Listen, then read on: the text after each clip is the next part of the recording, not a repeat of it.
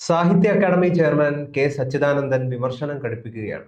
Cyber ഇടങ്ങളിലെ മൂഢന്മാരായിട്ടുള്ള കുറേയധികം അടിമകൾ താൻ പറഞ്ഞതിനെ കാര്യമായിട്ട് മനസ്സിലാക്കുന്നില്ല, അതിന്റെ ആഴം തിരിച്ചറിയുന്നില്ല എന്നാണ് കെ സച്ചിദാനന്ദൻ ഇപ്പം വീണ്ടും ഒരു ഫേസ്ബുക്ക് പോസ്റ്റുമായിട്ട് രംഗത്തെത്തി പറഞ്ഞിരിക്കുന്നത്. ആ പോസ്റ്റ് അങ്ങ് വായിച്ചു. ഇംഗ്ലീഷിലാണ് ആ പോസ്റ്റ് എഴുതിയിരിക്കുന്നത്. വലിയ വലിയ ചിന്തകളൊക്കെ ഉൾക്കൊള്ളുന്ന ഒരു പോസ്റ്റാണ്. സ്വാഭാവികമായിട്ടും സൈബർ ഇടത്തിലെ അടിമകളായിട്ടുള്ള ആളുകൾക്ക് മനസ്സിലാവാൻ സാധ്യതയില്ല.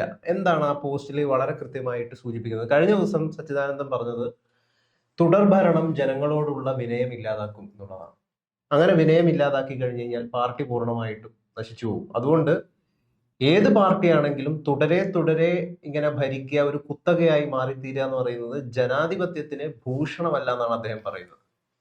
ഇതിനെങ്ങനെയാണ് ഇനി CPM പ്രതിരോധിക്കുക? ഇപ്പൊ കരിവള്ളൂർ മുരളിയെ പോലുള്ള ആളുകൾ, അതേപോലെ അശോകൻ ചെരുവിലിനെ പോലുള്ള ചില CPM-ന്റെ നാവായിട്ട് പ്രവർത്തിക്കുന്ന ആളുകളൊക്കെ അധിക്ഷേപം നടത്തുകയാണ് സച്ചിദാനന്ദനെതിരെ. അതായത് ഇദ്ദേഹത്തിന് മറവി രോഗം പിടിപെട്ടിരിക്കുന്ന ഒരാളാണ്, പ്രായാധിക്യമായി, അതുകൊണ്ട് സംഭവിക്കുന്ന ചില പ്രശ്നങ്ങളാണെന്നാണ് അധിക്ഷേപിച്ചുകൊണ്ട് പറയുന്നത്. യഥാർത്ഥത്തിൽ എങ്ങനെ ഈ വിഷയത്തെ നമ്മൾ നോക്കിക്കാണും? ഇത് ലോകമെമ്പാടുള്ളൊരു വിഷയമാണ് ഒന്നാമത്തെ കാര്യം. രണ്ടാമത്തെ കാര്യം, ഇത് മറ്റാരെങ്കിലും പറഞ്ഞിരുന്നെങ്കിൽ, ഇപ്പം ടി പത്മനാഭൻ പറഞ്ഞെങ്കിൽ പോലും ഇത്രയും വിവാദമാകില്ല. CPM-ന് സമൂഹത്തിന് മുമ്പിൽ അവതരിപ്പിക്കാൻ, ഒരു MN വിജയന് ശേഷം അവതരിപ്പിക്കാൻ പറ്റിയ ഏറ്റവും പ്രധാനപ്പെട്ട ബുദ്ധിജീവികളിൽ ഒരാളാണ് സച്ചിദാനന്ദൻ. സച്ചിദാനന്ദൻ പറഞ്ഞിരിക്കുന്ന എന്തെങ്കിലും പ്രശ്നങ്ങൾ വരുമ്പോൾ പ്രസ്താവന ഇറക്കുന്നതിൽ സച്ചിദാനന്ദൻ കാണും പിണറായിയെ ശക്തിപ്പെടുത്തണമൊക്കെ.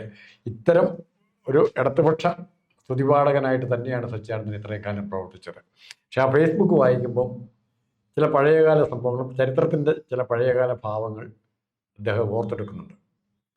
ഈ അധികാരത്തെക്കുറിച്ചുള്ള അദ്ദേഹത്തിൻ്റെ ഡെഫിനിഷൻ അതെന്താണ്? അപ്പോൾ ഫാസിസം അങ്ങനെയുള്ള കാര്യങ്ങളെ എതിർക്കാൻ അധികാരം വേണം. അപ്പോൾ റോസ ലക്സംബർഗ് എന്ന് പറയുന്ന, പിന്നെ ഗ്രാംസ്കി ഉണ്ടായിരുന്നു, കൂട്ടത്തിലുണ്ടായിരുന്നു.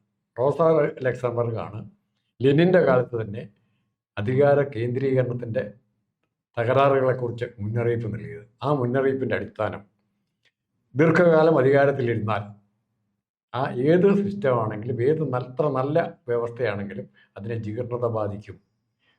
ലെനിനോട് തന്നെ പറഞ്ഞ ആളാണ്. അപ്പോൾ ഈ ജീർണത ബാധിക്കാതിരിക്കണമെങ്കിൽ തുടർച്ചയായ ജനകീയ പ്രക്ഷോഭങ്ങളുണ്ടായി. അതിനെ ചെറുത്ത് നിന്ന് ഏകയാൾ മാവോസത്തിനാണ്. അവിടെ വിപ്ലവം നടന്നു. 1000 ചുവപ്പ് പൂക്കൾ വിരിയട്ടെ എന്ന് പറഞ്ഞു. പക്ഷെ ആ വിപ്ലവത്തിൻ്റെ ഫലമായിട്ടാണ് ചൈനയിൽ കമ്മ്യൂണിസ്റ്റ് പാർട്ടി പിന്നെ ഒന്നുകൂടെ പുനരുജ്ജീവിപ്പിച്ചത്. ഇന്ത്യയിൽ കമ്മ്യൂണിസ്റ്റ് പാർട്ടിക്ക് അങ്ങനെ ഒരു സംഭവമില്ല, ചിന്തിക്കുന്നവരില്ല. കാരണം ലോകത്തിലെ, അത് ഇങ്ങനെ നേരത്തെ ചൂണ്ടിക്കാണിച്ചിട്ടുള്ളതാണ് സച്ചിദാനന്ദൻ, കേരളത്തിൽ ഏറ്റവും പ്രധാനപ്പെട്ട രസം, ചീന ചെയർമാൻ നമ്മുടെ ചെയർമാനിനെ വിളിച്ച, വിദേശ രാജ്യത്തെ ഒരാളെ ഇന്ത്യയുടെ ചെയർമാനെ മുദ്രാവാക്യം വിളിച്ച ഏക കമ്മ്യൂണിസ്റ്റ് പ്രസ്ഥാനമുള്ളത് ഇന്ത്യയിലാണ്. അത് നക്സലൈറ്റുകളും CPM-ഉം CPI ഒക്കെ കൂടെ ചേർന്ന കാലഘട്ടത്തിലാണ് ചീന ചെയർമാൻ നമ്മുടെ ചെയർമാൻ. വിയറ്റ്നാമിലെ കമ്മ്യൂണിസ്റ്റ് പാർട്ടി വിളിക്കില്ല, കൊറിയയിലെ വിളിക്കില്ല, ബൊളീവിയയിലെ വിളിക്കില്ല, വേറെങ്ങും വിളിക്കില്ല. ഇന്ത്യ അത്രയ്ക്ക് മാത്രം അടിമബോധമുള്ള ഒരു കമ്മ്യൂണിസ്റ്റ് പാർട്ടിയിൽ അതിൻ്റെ ഭാഗമായിട്ട് സച്ചിദാനന്ദൻ നിന്നിരുന്നത്. പക്ഷെ ഇന്ന് സച്ചിദാനന്ദൻ സത്യം തുറന്നു പറയാൻ നിർബന്ധിതമായിരിക്കുന്നു. കാരണം എന്താ? 2 കാരണങ്ങളുണ്ട്. സച്ചിദാനന്ദൻ വളരെ നേരത്തെ പറയേണ്ടിയിരുന്ന കാര്യങ്ങളാണ് പല കാര്യങ്ങൾ. ഈ അധികാര തുടർച്ച എന്ന് പറയുന്നത് എങ്ങനെ ചീത്തയാകും പറയാമോ? Power corrupt, absolute power corrupt absolutely എന്നൊരു ചൊല്ലുണ്ട്. Power corrupt. അതുപോലെ തന്നെ അധികാരം സാമ്പത്തിക അഴിമതി മാത്രമല്ല, മാനസിക അഴിമതി നടക്കും. ഇന്ന് ആരെങ്കിലും ഉണ്ടോ CPM-ന് വേണ്ടി ചാനൽ ചർച്ചയിൽ ഇടതുപക്ഷത്തിൻ്റെ നയങ്ങൾ വിശദീകരിക്കാൻ പറ്റുന്ന ആരെങ്കിലും ഉണ്ടോ? ഇപ്പോൾ ഉള്ളതിൽ ഇവരുടെ ഏറ്റവും വലിയ ബുദ്ധിജീവി ഒരാൾ സുനിൽ പിള്ളകളാണെന്ന് പറയുന്നത്. നന്നായിട്ട് സംസാരിക്കും, പക്ഷെ മുഴുവൻ വൈരുദ്ധ്യങ്ങളാണ്. ഇന്ന് സച്ചിദാനന്ദൻ നന്നായിട്ട് സംസാരിക്കും. സച്ചിദാനന്ദൻ്റെ പഴയ കാലത്തെ എഴുത്തുകളുണ്ട്, അത് ഞങ്ങളൊക്കെ ഓർത്തിരിക്കുന്നു. അടിയന്തരാവസ്ഥയെക്കുറിച്ച്, ഇന്ദിരാഗാന്ധിയെക്കുറിച്ച് സച്ചിദാനന്ദൻ്റെ വലിയ പ്രയോഗമുണ്ട്. നാക്കാൽ നാട് കുലുക്കുന്ന അമ്മ മഹാറാണി ഒരിക്കലും പറാത്ത മച്ചിയാണെന്ന് ജനം അറിഞ്ഞു കഴിയും. വിപ്ലവത്തെക്കുറിച്ച് സച്ചിദാനന്ദൻ പറയുന്നുണ്ട്. പടക്കളത്തിൻ്റെ മുക്കിലും മൂലയിലും നിന്ന് ഊരിയിടുന്ന തെരുവ് നായ്ക്കളുടേതല്ല ചരിത്രം, പടക്കളത്തിൽ പോരാടുന്നവൻ്റെ ചരിത്രമാണ്. ആ പറഞ്ഞ സച്ചിദാനന്ദൻ പിണറായിയുടെ ഭക്തനായിട്ട് മാറുന്നത് നമ്മൾ എത്രയോ പ്രാവശ്യം കണ്ടിരിക്കുന്നു. സ്ഥാനമാനങ്ങൾ സ്വീകരിക്കാൻ തീരുമാനിക്കുമ്പോൾ, ഏതെങ്കിലും സാഹിത്യ അക്കാദമിയുടെ എന്തും ആകട്ടെ, അവാർഡുകൾ തുടർച്ചയായിട്ട് സ്വീകരിക്കാൻ തീരുമാനിക്കുമ്പോൾ നമ്മൾ ഭരണകൂടത്തിൻ്റെ എഴുത്തുകാരായിട്ട് തരം താഴ്ത്തപ്പെടുകയാണ്. അല്ല, പിണറായി വിജയൻ അപകടത്തിലാണ്, വീണ്ടും അധികാരത്തിൽ വന്നാൽ പിണറായി വിജയൻ അപകടത്തിലാണ് എന്നതിനുപരി പാർട്ടി അപകടത്തിലാണെന്നുള്ള സൂചനയല്ലേ നൽകുന്നത്? അല്ല, പിണറായി വിജയൻ ഒരിക്കൽ കൂടി അധികാരത്തിൽ വരരുതെന്ന് ആഗ്രഹിക്കുന്ന ധാരാളം പേരുണ്ട്. അതിൽ ഇങ്ങനെ സത്യമായിട്ട് വിവരം പറഞ്ഞിട്ടേ ഉള്ളൂ. സത്യമായിട്ട് വിവരം പറഞ്ഞു. ഇങ്ങനെ ഇദ്ദേഹം തന്നെത്താൻ പറഞ്ഞാന്ന് ഞാൻ വിചാരിക്കുന്നില്ല. ഇദ്ദേഹത്തെ പോലെ ചിന്തിക്കുന്ന, ഇപ്പോൾ സാറാ ജോസഫ് അതിൻ്റെ പുറകെ വന്നിട്ടുണ്ട്. ഇദ്ദേഹത്തെ പോലെ ചിന്തിക്കുന്ന പല ആൾക്കാരുണ്ട്. CPM-ലുണ്ട്. ചിന്തിക്കാത്തവരായിട്ട് കുറേ ആൾക്കാരുണ്ട്. നമ്മുടെ എം സ്വരാജ്, ഇങ്ങനെ പറഞ്ഞ സുനിൽ പിള്ളയിടം, അങ്ങനെ ചിന്തിക്കാത്തവരുണ്ട്. അവർ അശോകൻ ചെരുവിൽ ഇങ്ങനെ ചിന്തിക്കാത്തവരുണ്ട്. അവർ എന്നും പറഞ്ഞുകൊണ്ടിരിക്കും. PO എന്നപിള്ള കാര്യം വലിയ ചിന്തകനൊന്നും അല്ലായിരുന്നെങ്കിൽ നല്ല വിവരമുള്ള ആളായിരുന്നു PO എന്നപിള്ള. ശിവൻകുട്ടിയുടെ അമ്മായിച്ചൻ അല്ലേ. ഈ PO എന്നപിള്ളയുടെ അത്രയും വിവരം ഇവരിൽ പലർക്കുമില്ല.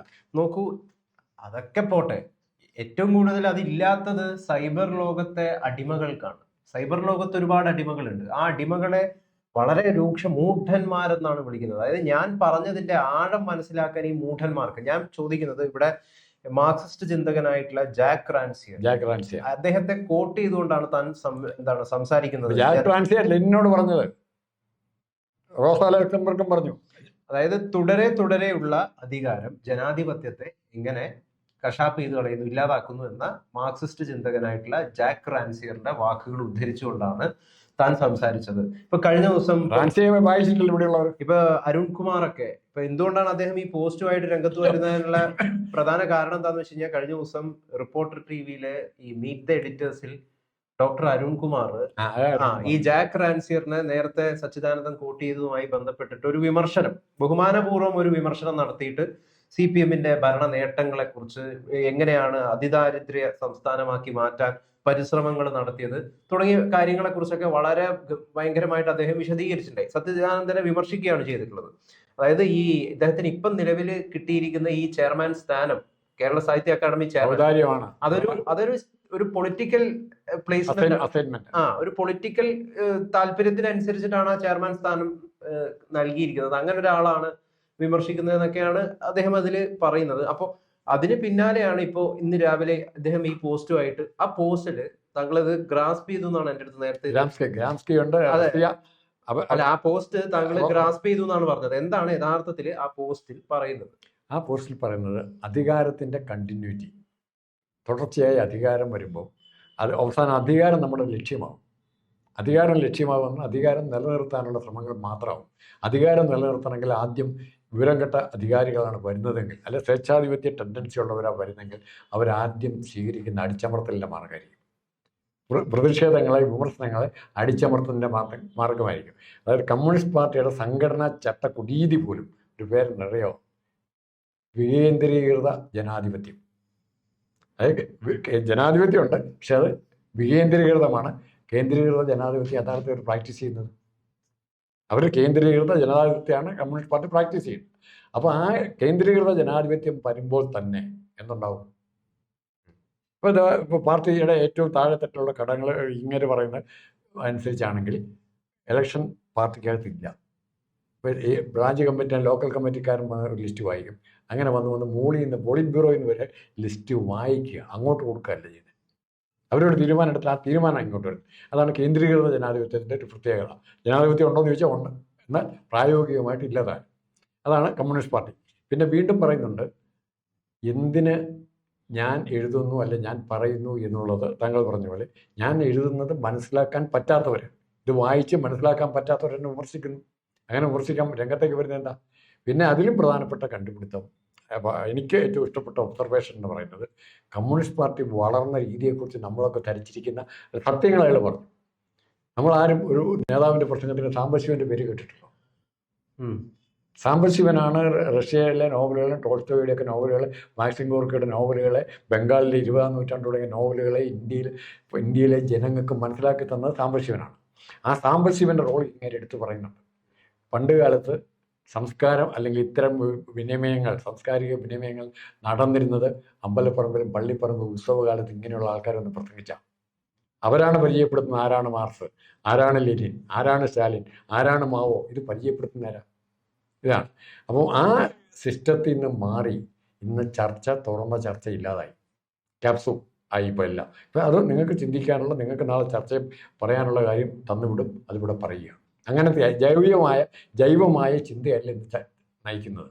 ഇത് അതിലാണ് അയാൾക്ക് ഏറ്റവും കൂടുതൽ എന്റെ ചോദ്യം പിണറായി വിജയൻ അപകടത്തിലാണോ എന്നുള്ളതാണ്. പിണറായി വിജയൻ അപകടത്തിൽ എന്നുള്ളതല്ല, പിണറായി വിജയൻ ഇല്ലാതെ പോകില്ലേ? അപകടം എന്നാണല്ലേ അതിന്റെ അർത്ഥം. അന്ന് വേണം അപകടം പറയാം, ഇല്ലാതാകുക. പിന്നെ രണ്ടാമത്തെ ഒരു കാര്യം കൂടെ അങ്ങോട്ടൊരു മുന്നറിയിപ്പ് പോലെ പറയാം. നമുക്ക് പിണറായി വിജയനെക്കുറിച്ചും കമ്മ്യൂണിസ്റ്റ് പാർട്ടിയെക്കുറിച്ച് തന്നെയും സംസാരിക്കാനുള്ള കാലഘട്ടം മാക്സിമം ഈ ഒരു വർഷം കൂടെ കിട്ടും. അതിനപ്പുറത്തേക്ക് ഇത് കാണില്ല. ലോകത്തെ മൊത്തം വരാനിരിക്കുന്ന ഡെവലപ്മെന്റ് ഞാൻ പറയാം. അത് ഇങ്ങനെ മുൻകൂട്ടി കണ്ടുകൊണ്ട് പറയുന്നുണ്ട്. ഇങ്ങനെ ഇന്നലെ വരെ എന്തിന്റെ എല്ലാം ഭാഗമായിരുന്നോ അതിനെല്ലാം ഇങ്ങനെ ഡിസോൺ ചെയ്യാണ്. ഒരു കാര്യം ഇങ്ങനെ പറഞ്ഞിട്ട് ഒരു കാര്യം ഇങ്ങനെ പറഞ്ഞിട്ട് ഞാൻ ഒത്തിരി പല തെറ്റുകളും ശരിയാണെന്ന് വിശ്വസിച്ചിരുന്നു. ഇന്ന് തെറ്റെന്ന് തോന്നുന്ന പലതും പണ്ട് ശരിയാണെന്ന് വിശ്വസിച്ചിരുന്നു. ഏറ്റവും നല്ല ഉദാഹരണങ്ങൾ പറഞ്ഞ സായുധ വിപ്ലവമാണ്. മനുഷ്യനെ കൊന്നാണെങ്കിൽ ചോരച്ചാലുകൾ നീന്തി കിടക്കുന്ന മുദ്രാവാക്യം എപ്പോഴും വിളിക്കുന്നുണ്ട്. ആ ചോരച്ചാലുകൾ നീന്തി കിടക്കുന്ന സിസ്റ്റം ശരിയാണെന്ന് ആരും വിശ്വസിച്ചിരുന്നു? കമ്മ്യൂണിസ്റ്റ് പാർട്ടി മാത്രമല്ല, ഇതുപോലുള്ള ചിന്തകരെ വിശ്വസിച്ചിരുന്നു ഒരു കാലത്ത്. അപ്പോൾ ഇന്ന് അത് തെറ്റാന്ന് മനസ്സിലായി. സായുധ വിപ്ലവത്തിൽ കൂടെ ഒരിക്കലും അധികാരത്തിലെത്താൻ പറ്റില്ല എന്ന് എനിക്ക് മനസ്സിലായി. ഇപ്പോഴാണ് എത്ര ലക്ഷം പേര് മരിച്ചിട്ടുണ്ടെന്നറിയോ? ഇന്ത്യ മാത്രമല്ല പലയിടത്തും. ആ സിസ്റ്റത്തിനെ ഇന്ന് ഇയാൾ തുറന്ന് പറയുകയാണ്. നാളെ ഇയാൾ പറഞ്ഞതുകൊണ്ട് പലർക്കും പ്രതികരിക്കേണ്ടി വരും. ഇതിൻ്റെ ഏറ്റവും വലിയ ലാഭം എന്നറിയോ? സച്ചിദാനന്ദൻ പറഞ്ഞതുകൊണ്ട് ഞാനോ താങ്കളോ പോയി പറഞ്ഞോ നമ്മൾ എഴുതി കഴിഞ്ഞാലും കാര്യമില്ല. സച്ചിദാനന്ദൻ ഇത് പറഞ്ഞതുകൊണ്ട് ഇതിന് ഉത്തരം പറയാൻ CPM സൈദ്ധാന്തികർ, ഇപ്പോൾ CPM ആരാന്ന് എനിക്കറിയത്തില്ല, വല്ലവരും അറിയാമെന്ന് എനിക്കറിയാം. ഇപ്പോൾ ഉള്ളതൊന്നും സ്വൽപ്പീഴോ M സ്വരാജോ ആണ് അറിയപ്പെടുന്നവർ. വേറെ ആരെങ്കിലും ഉണ്ടോ എന്ന് എനിക്കറിയാം. അശോകൻ ചെരുവിലൊന്നും ആ ഗ്രേഡിലേക്ക് കണക്കാക്കുന്നില്ല, ആ രീതിയിലേക്ക്. മൂന്നാം ഘടന വേണം പറയാം, കുഴപ്പമൊന്നുമില്ല. അപ്പോൾ ഇവർ ആരാ ഡിഫെൻഡ് ചെയ്യുന്നത്? നമ്മുടെ അനിൽകുമാർ ചാനൽ ചർച്ചയൊക്കെ ചെയ്യുമോ? ഞാൻ മുമ്പ് ചിരിച്ചത് അരുൺകുമാറിൻ്റെ പേര് പറഞ്ഞാൽ ചാനൽ ചർച്ചയ്ക്ക് വരുന്ന അരുൺകുമാറിൻ്റെ പേര് ഓർത്താണ്. മറ്റേ നമ്മുടെ റിപ്പോർട്ടർ TV-യിലായിരുന്നു. റിപ്പോർട്ടറിൻ്റെ എല്ലാം കണക്കെ പോട്ടെ. ഇത് ഇങ്ങനെ പോകുന്ന സിസ്റ്റത്തെ തിരുത്തൽ അസാധ്യമാണ്. ഇങ്ങനെ ഇപ്പോഴും വിചാരിക്കുന്ന ഈ സാധനം തിരുത്താൻ പറ്റുന്ന നടക്കുകയില്ല. ആടിമൂടി ബംഗാൾ തിരുപ്പുഴയിലൊക്കെ വന്നതുപോലെ തന്നെ കേരളത്തിലും ജീർണത ബാധിക്കുകയാണ്. അത് ഇന്ന് സച്ചിദാനന്ദൻ അത് ആദ്യം ഏറ്റു പറയേണ്ടി വന്നു, തുറന്നു പറയണം. സച്ചിദാനന്ദൻ തുറന്നു പറയുന്നുണ്ട്, എനിക്ക് തെറ്റ് പറ്റിയിട്ടുണ്ട്. അങ്ങനെ പറയാൻ എത്ര കമ്മ്യൂണിസ്റ്റുകാർക്ക് സാധിക്കും? പിണറായി വിജയൻ ജയമത്ത് പറയാൻ പറ്റും. പിണറായി വിജയൻ ഒത്തിരി തെറ്റ് പറ്റിയിട്ടുണ്ട്. ചിന്തയോട്, അഭിപ്രായ പ്രകടനങ്ങളോട്, വിമർശനങ്ങളോട് അസഹിഷ്ണുത ഉണ്ടാവും. കമ്മ്യൂണിസ്റ്റ് പാർട്ടിക്ക് പറ്റി ഏറ്റവും വലിയ തകരാറാണ് വിമർശനങ്ങൾ സ്വീകരിക്കാൻ തയ്യാറ്. നീ ആരാടാ എന്നോട് പറയാൻ എന്നുള്ള ആ ഭാവം. ഒന്നും അറിയാൻ മേലാത്ത പിണറായി വിജയനായിരിക്കും എല്ലാം അറിയാമെന്ന് ഭാവിച്ച് സംസാരിക്കുന്നത്. ആ പിണറായി വിജയനെ ചോദ്യം ചെയ്യാൻ ധൈര്യമില്ലാതെ പോയതാണ് ഇന്ന് കമ്മ്യൂണിസ്റ്റ് പാർട്ടി ഈ ഗതിയിലെത്തിയത്. മാത്രമല്ല, ചെഗുവേരയുടെ പടം വെച്ച് നടക്കുകയാണ്. ചെഗുവേര ചോരച്ചാലുകൾ സായുധ വിപ്ലവത്തിൻ്റെ വ്യക്താവാണ്. ആ ചെഗുവേരയുടെ ജേഴ്സിയാണ് ചെറുപ്പക്കാർ പിള്ളേർക്കുള്ളത്. ആ കൾച്ചർ മാറാതെ, അല്ലെങ്കിൽ ജനാധിപത്യ ബോധത്തിലേക്ക് ഇങ്ങനെ തന്നെ പറഞ്ഞ പോലെ, മറ്റേ ഇതിൽ പറഞ്ഞ പോലെ ഗാന്ധിയായിരുന്നു ശരിയെന്ന് സമ്മതിക്കുകയാണ് അദ്ദേഹം. ആ ഗാന്ധിയായിരുന്നു ശരി എന്നുള്ള സമ്മതം വികസനത്തെക്കുറിച്ച് പറയുമ്പോൾ, ഡെവലപ്മെൻറ്റിനെ കുറിച്ച് പറയുമ്പോൾ ഗാന്ധിയൻ കൺസെപ്റ്റായിരുന്നു ശരി, പ്രകൃതി വിഭവങ്ങൾ മുഴുവൻ ചൂഷണം ചെയ്തുള്ള വികസനമായില്ല വേണ്ടത് എന്ന് കൃത്യമായിട്ട് പറയുന്നു അദ്ദേഹത്തിൻ്റെ ഫേസ്ബുക്ക് പോസ്റ്റിൽ. അതാണ് ആ ഫേസ്ബുക്ക് പോസ്റ്റിലെ ഏറ്റവും മഹത്തായ വാചകം എന്ന് പറഞ്ഞാൽ അതാണ്.